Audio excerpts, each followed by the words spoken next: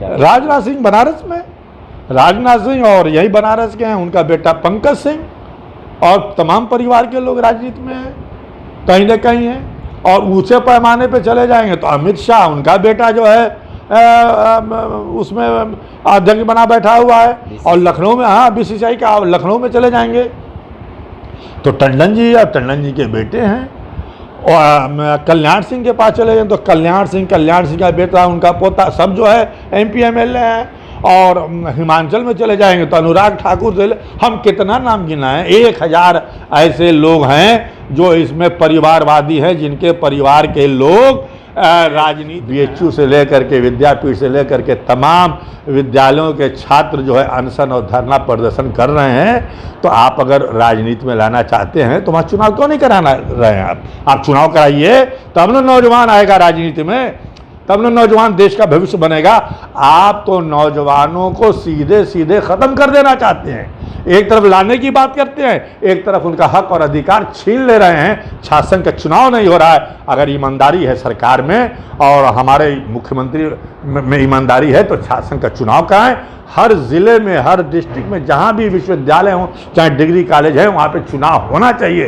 छात्र संघ से ही नौजवान छात्र राजनीति में आकर के जो है देश की भविष्य तय करता है। और आज प्रधानमंत्री और बनारस के सांसद ने जिस तरीके से बनारस में एक शंखनाद कर दिया, वो सीधे तौर पे परिवारवाद और 1 लाख युवाओं को नेता बनाने की बातें कह दी है। और हमारे साथ हैं अतहर जमाल लारी जी, और इनसे हम बात करेंगे कि जिस तरीके से प्रधानमंत्री नरेंद्र मोदी परिवारवाद की बात करते हैं, क्या वाकई परिवारवाद इस समय वर्चस्व पे है या नहीं। हम सीधे तौर पे चलते हैं और बात करते हैं अतहर जमाल लारी जी से। लारी जी, ये बताइए, जिस तरीके से देश के प्रधानमंत्री नरेंद्र मोदी ने और बनारस के सांसद ने जिस तरीके से बातें कही कि 1 लाख युवाओं को हम नेता बनाएंगे और परिवारवाद पे हमला करेंगे या परिवारवाद समाप्त होगा इससे, आप क्या मानते हैं इसको? देखिए, कल प्रधानमंत्री जी हमारे बनारस में आए थे। वैसे तो मैं टीवी वगैरह देखता नहीं हूँ, लेकिन अखबार की हेडिंगों में हमने देखा कि हमारे प्रधानमंत्री जी ने कहा कि हम परिवारवाद ख़त्म करने के लिए 1 लाख नौजवानों को राजनीति में लाएंगे। तो कई लाख नौजवान तो पहले से ही उनकी पार्टी में हैं और कहते हैं कि दुनिया की सबसे बड़ी हमारी पार्टी है और सबसे ज़्यादा मेंबर हमारे पार्टी में हैं। अब 1 लाख नए नौजवानों को राजनीति में लाने की इनको क्या ज़रूरत पड़ गई? इसके पीछे कौन सा षड्यंत्र है, कौन सी राजनीति है, कौन सा एजेंडा छिपा हुआ है, ये तो अलग बात है। लेकिन ये कहा जाए कि परिवारवाद ख़त्म करने के लिए, तो हमारे प्रधानमंत्री जी से और हमारे यहाँ के सांसद जी से यही एक अपील और गुजारिश है कि आप पहले बनारस से तो परिवारवाद ख़त्म करिए।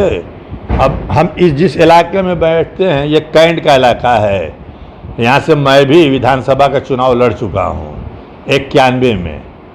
तो यहाँ से ज्योत्सना श्रीवास्तव रही हैं विधायक, उन्होंने हमको हराया था मात्र कुछ हजार वोटों से, वो भी बेईमानी से हराया गया था मुझे।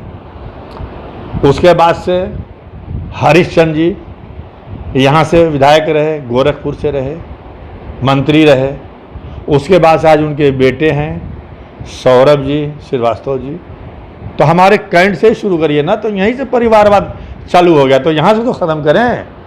और बनारस में बहुत से ऐसे लोग हैं जो परिवारवाद में लिप्त हैं, जिनके परिवार कहाँ से कहाँ है। अभी बगल में मिर्ज़ापुर है, देख लीजिए, वहाँ पे ओम प्रकाश सिंह थे ना, मंत्री थे, सांसद थे, और उनका बेटा भी है। तो ये परिवारवाद तो ख़त्म करिए। और अगर हम गिनाना शुरू करेंगे तो अगर लखनऊ में चले जाएंगे तो लालजी टंडन कौन थे, उनका बेटा क्या था, है ना परिवारवाद। राजनाथ सिंह बनारस में, राजनाथ सिंह और यही बनारस के हैं, उनका बेटा पंकज सिंह और तमाम परिवार के लोग राजनीति में हैं, कहीं न कहीं हैं। और ऊंचे पैमाने पे चले जाएंगे तो अमित शाह, उनका बेटा जो है उसमें अध्यक्ष बना बैठा हुआ है। और लखनऊ में, हाँ, बीसीसीआई का, लखनऊ में चले जाएंगे तो टंडन जी और टंडन जी के बेटे हैं। कल्याण सिंह के पास चले जाए तो कल्याण सिंह का बेटा, उनका पोता, सब जो है MP MLA हैं। और हिमाचल में चले जाएंगे तो अनुराग ठाकुर से हम कितना नाम गिनाएं, 1000 ऐसे लोग हैं जो इसमें परिवारवादी हैं, जिनके परिवार के लोग राजनीति में हैं। और वो आज भी जो टिकट बंटवारा हुआ है महाराष्ट्र में या झारखंड में, तमाम परिवार के लोगों को जो ही नाती पोता बेटा बेटी को टिकट दिया गया है। तो हमारे पर आपको नहीं लगता है जिस तरीके से मोदी ने कहा, तो कहीं ना कहीं अखिलेश यादव और राहुल गांधी को साधने की बात की भैया, तो उनका सब निशाना तो अपोजिशन पे होगा ना, अपोजिशन पे ही होगा ना, चाहे वो अखिलेश यादव जी हों, आज चाहे वो जो है राहुल गांधी जी हों, चाहे और कोई भी हो अपोजिशन में। तो अपोजिशन के लोगों को तो परिवारवादी दिखाई देता है, और लेकिन उनके पार्टियां में तमाम लोग आ जाते हैं भ्रष्ट बेईमान, वॉशिंग मशीन में धुल के साफ भी हो जाते हैं, और उनके अंदर कोई परिवारवादी दिखाई नहीं देता है। तो यही ना दोगली पॉलिसी है, दोहरा राजनीति है, दोहरा चरित्र है। तो आप अपने आप तो दिखाई नहीं देता, तब आपके चश्मे से कुछ नहीं दिखाई देता, और अपोजिशन में परिवारवाद दिखाई देता है। तो ये सिर्फ नौजवानों को बरगलाने के लिए, भड़काने के लिए जो है इस तरीके की बातें की जा रही हैं। अरे आप पहले बनारस में इतने नौजवान हैं जो आपकी पार्टी में हैं, उनको जोड़िए ना, परिवार वालों को टिकट मत दीजिए, उनको टिकट दीजिए, उनको लड़ाइए, उनको आगे लाइए, तब हम समझेंगे कि आप परिवारवाद ख़त्म करना चाहते हैं। आप एक तरफ नौजवानों को राजनीति पे लाने की बात करते हैं, और दूसरी तरफ क्या करते हैं, शासन का चुनाव नहीं कराते हैं। हाँ, वार नौजवानों को जोड़ना, वार राजनीति में लाना। जो पहली कड़ी है नौजवानों की जो राजनीति में आते हैं, वो वो स्टूडेंट छात्र संघों से है, विश्वविद्यालय और डिग्री कॉलेजों से है, इंटर कॉलेजों से है। हम भी छात्र संघ का चुनाव लड़के राजनीति में आए हैं। तो आज छात्र संघ की बहाली को लेकर के BHU से लेकर के विद्यापीठ से लेकर के तमाम विद्यालयों के छात्र जो है अनशन और धरना प्रदर्शन कर रहे हैं। तो आप अगर राजनीति में लाना चाहते हैं तो वहाँ चुनाव क्यों नहीं कराना रहे हैं? आप चुनाव कराइए, तब ना नौजवान आएगा राजनीति में, तब ना नौजवान देश का भविष्य बनेगा। आप तो नौजवानों को सीधे सीधे ख़त्म कर देना चाहते हैं, एक तरफ लाने की बात करते हैं, एक तरफ उनका हक और अधिकार छीन ले रहे हैं। छात्र संघ का चुनाव नहीं हो रहा है। अगर ईमानदारी है सरकार में और हमारे मुख्यमंत्री में ईमानदारी है तो छात्र संघ का चुनाव कराएं। हर ज़िले में, हर डिस्ट्रिक्ट में जहां भी विश्वविद्यालय हों, चाहे डिग्री कॉलेज है, वहां पे चुनाव होना चाहिए। छात्र संघ से ही नौजवान छात्र राजनीति में आकर के जो है देश की भविष्य तय करता है। और आज देखिए BHU के कितने लोग MP MLA और मिनिस्टर हैं। हाँ, कितने विश्वविद्यालय हैं, चाहे JNU हो, चाहे तमाम जगहों के लोग जो है आज राष्ट्रपति, उपराष्ट्रपति और प्रधानमंत्री से लेकर तमाम बने हुए लोग हैं।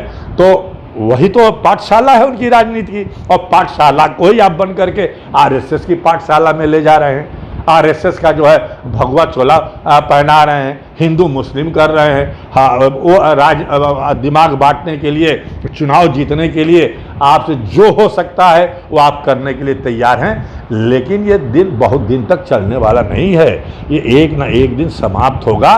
जनता अब जागरूक हो चुकी है। अब बहुत हिंदू मुस्लिम इधर उधर की बातें कि तीसरा टर्म है तो 3 गुना उत्साह से हम काम कर रहे हैं, हम ये कर रहे हैं, वो कर रहे हैं, सब कागजी काम हो रहा है। आप जाइए बनारस में, देखिए बनारस की गलियां बजबजा रही हैं, कूड़े बजबजा रहा है। आप हमारे घर के बाहर जरा निकलिए, देखिए कूड़े का लाट पड़ा हुआ है, सीवर का पानी बह रहा है। जिस तरीके से हमारे घरवा पे आप जाकर देख लीजिए, हम जा नहीं सकते, आ नहीं सकते हैं। आप देख लीजिए बनारस में कितने गड्ढे हैं, गलियां टूटी हुई हैं, सीवर बजबजा रहा है, पानी की निकासी नहीं है, पीने का पानी नहीं है। सिर्फ कागजी उद्घाटन और कागजी कार्रवाई से कुछ होने वाला नहीं है। आप हमारे यहाँ के सांसद हैं, लेकिन आप बनारस के गलियों का एक बार मुआयना करा लीजिए। जिस जो हालत है, सड़कें नहीं है, नीची ऊंची जो है, हमारे बजटिया की हालत जाकर देख लीजिए। हम जहाँ पे आप आए हैं ना, जाके देख लीजिए, मुआयना कर लीजिए, पूरे शहर की हालत ख़राब है। लेकिन कागज़ों पे ये एयरपोर्ट और बन रहा है, ये हो रहा है, वो हो रहा है, नौकरी नहीं है। आज देखिए कितना महंगा हो गया। अभी कल से जो है चीनी, सूजी, आटा, मैदा, रिफाइंड तेल, सरसों का तेल, डालडा, तमाम चीज़ों का रेट 5 से 10 रुपया किलो बढ़ गया है। सब्जियों की हालत क्या है? खाने पीने की चीज़ों की हालत क्या। आप देखिए महंगाई कम करेंगे नहीं, आप नौजवानों को लाइए राजनीति में, हम भी उसको स्वागत करते हैं, लेकिन छात्र संघ बहाल करिए, यही हमारी आपसे गुजारिश है। बिल्कुल। तो आप सुन रहे थे अतहर जमाल लारी जी ने बहुत सारी बातें बताई हैं और सीधे तौर पे छात्र संघ चुनाव को लेकर ये इन्होंने बोल दिया है कि जिस तरीके से अगर आपको छात्रों की बात करना है, अगर छात्रों के हित की बात करना है तो आपको छात्र संघ बहाली करना होगा। विशेष इंटरव्यू कर रहे थे तो हमारे साथ बने रहिए।